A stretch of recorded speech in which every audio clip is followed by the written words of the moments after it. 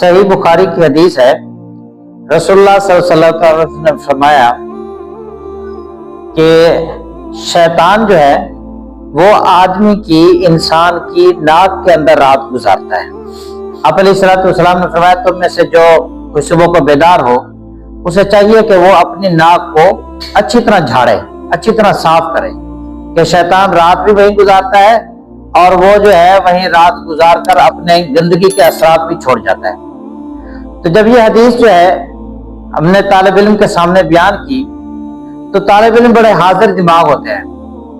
بعض طالب علم بڑی اچھی اچھی تعویلیں بھی کرتے ہیں اور بعض طالب علم جو ہے عجیب سی شرارت بازی والی بات بھی کر دیتے ہیں۔ تو ایک طالب علم کہنے لگا کہ استاد جی میں تو اب زور زور سے ناک کے اندر پانی ڈالوں گا تاکہ شیطان کو اچھی طرح ہوتے دوں۔ اور دوسرا طالب علم کہنے لگا کہ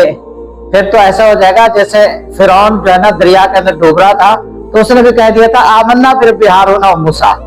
تو کہیں شیطان بھی یہ نہ کہنے لگ جائے کہ میں بھی اللہ کی ذات پر جو ہے ایمان لے آتا ہوں، میں بھی مسلمان ہوتا ہوں اور میں بھی دین اسلام کا جو ہے نا پابند بن جاؤں گا۔ تو دیکھیے رسول اللہ صلی اللہ علیہ وسلم کا یہ فرمان ہے کہ جب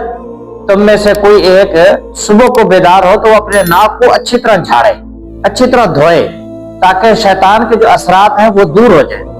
علماء نے لکھا ہے کہ دراصل ناک جو ہے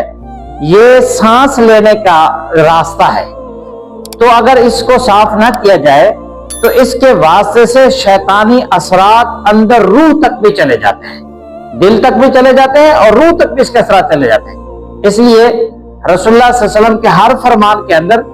عجیب عجیب حکمتیں چھپی ہیں۔ ہمیں چاہیے کہ ہم پیارے رسول صلی اللہ علیہ وسلم کی سنت کے مطابق اپنی زندگی کو ڈھالنے کی کوشش کریں۔